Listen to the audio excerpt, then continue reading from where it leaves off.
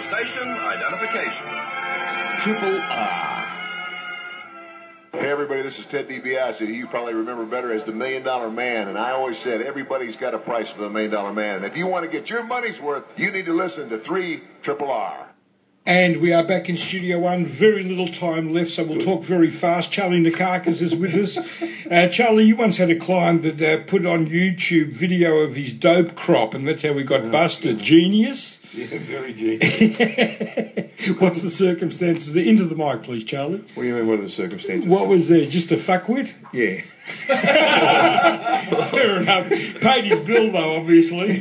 What made it worse, it was hilarious. What made it worse was that the crop got ripped off by some other people and they made so much noise that the neighbours rang the police.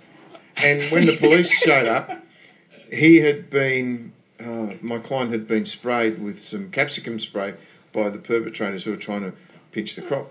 And so they got the ambos to come along and they were cleaning out his face, and he's saying to the ambos, "Oh, thank God they didn't find the video." And the video... Oh, no. Ambos found it, gave it to the coppers, and the coppers just looked at it. It was magnificent. The plants, I saw the copy of it. The plants were as tall as this room. It was Checking the beanstalk. Oh, yeah, he knew they were the Ambos, but he just thought they wouldn't talk to their that's right. fellow uniforms. Then, you know you're having a bad day when you get your drug crop ripped off and then get busted. That's right. That's it. Very bad. Well, Charlie would know. Some crims actually regard the act of theft, regardless of what's being stolen, as an act of theft. Sometimes they involve the police voluntarily and say, "Oh, such and such stole my drugs," and the police have to explain. That's happened. What about the other ones where police in uniform go and knock on the front door to try and do something, and someone comes to the door and says, "Oh, you're here for a quarter"? Unbelievable. True story. And Liam Houlihan is with us as well, the author of Bigwig, the Remarkable Rise and Fall of Tony Mockbell. How accurate was the Underbelly TV show featuring the very suppressed Tony Mockbell? Yeah, well, it didn't have him in it. It had Mr. B with pixels on his face. We could finally tell that story. Yeah. Oh, listen, it wasn't too bad. It was. I reckon it was enjoyable. The first series, it was. No, but how accurate? From what you've garnered in your research since then. Listen, I honestly think it wasn't too bad, accuracy-wise. I think some things are, if you're dead, you're undefamable, so you might get lumped with some things that other people might have done who are still alive and might be able to sue. And police theories on some of the gangland wars flip back and forth. Not too bad. Good show. And you spoke, in writing this book, you spoke to people like Mick Gatto. Yeah. What did he have to say? Well, Mick was a one-time friend of Tony Mockbell. He fell out with him. There's a pretty well-known sort of episode where Tony got the suitcase beaten out of him while Mick was there, and they weren't friends after that. That was a dispute involving bikies. And that was, in some ways, Tony's always had this under-the-radar background role. The gangland war's always been regarded as, Mick Gatto and Carl Williams, but that was an incident that led to Carl Williams and Benji Benjamin being put together, and that ended up being a very deadly union. Yeah, and you spoke to Carl and Roberta Williams? Yep, I've spoken to them over this. I only ever spoke to Carl when he was in jail, and Roberta would call me if he was unhappy and have the sort of two phones hooked up and be passing on messages and my rejoinders back to Carl. And yeah, spoke to, there's probably a couple of dozen notable crims that helped me out with his book. Judy Moran being one of them? Yeah. Very colourful character from us in the public to see on TV. Yeah, well, I managed to. Judy was always a lady on the phone and always very sort of mindful of her manners. She'd occasionally sort of say slightly sort of threatening things about her rivals, but I managed to sort of talk to her about, because Tony used to hang around at the track and the Morans were always at the track. And people like Mark Moran and other gentlemen we can't mention were sort of degrees of connection. And so I managed to do the interview with Judy shortly before she was, Tuppence Moran died and was killed, and she got arrested and banged up for it. So, obviously I can't call her mobile anymore, but got the interview for the Tony book. Charlie, the jury system, do we get a good cross-section of society from the 12 persons, brave and true, that sit in the jury system? And is that a good thing? One, the jury system is the best system I can see in the world. That's one. And do we get a good cross-section? Do we get Probably. a cross-section of society? Yes. Yeah, probably.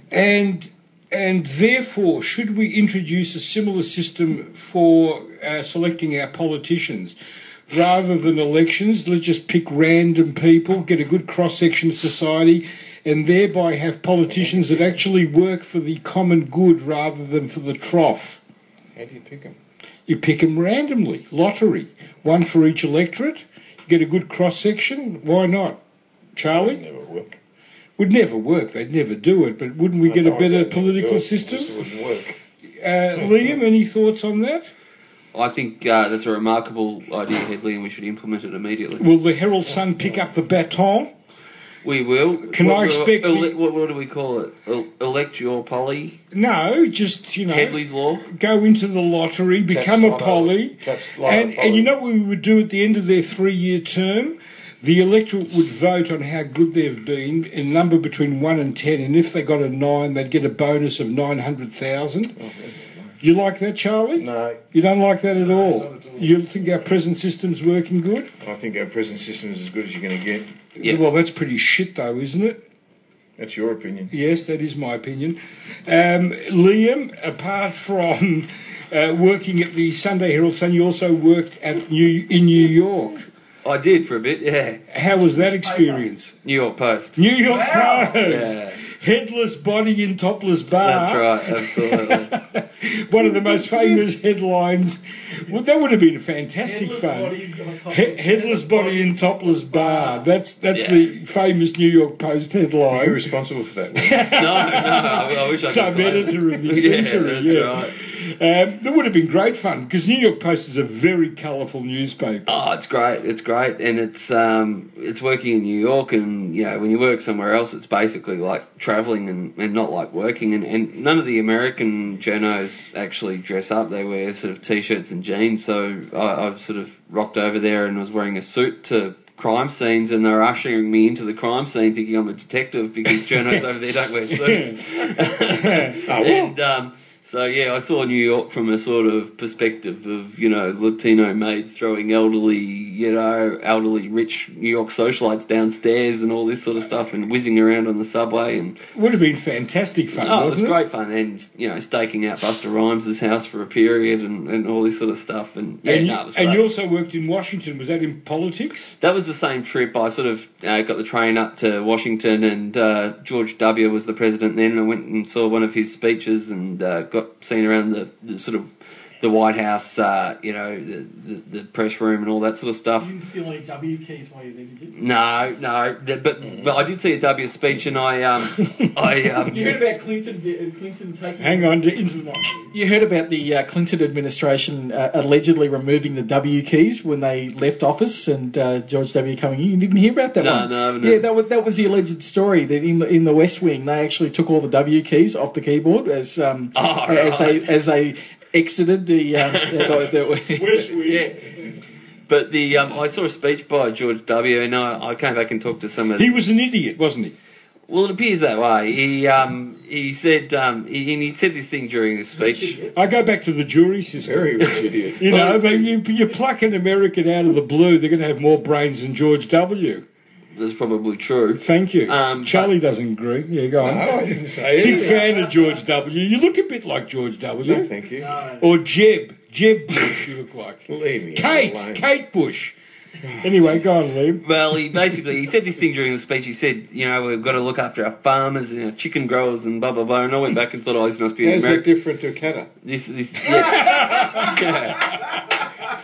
He's America's. He's Texas's catter, isn't he? That's But- right. Hey, I won't hear a bad word about our Bob. Our Bob wants to get rid of the supermarkets. Our Bob is a And very take care of the smart farmers. politician. Hello? Our Bob is a Exactly great the guy. same. No, but what piqued my interest was his phrase, chicken growers. And so I went back and I spoke to a couple of Yankee journos and I said, you guys, you call them chicken growers, do you?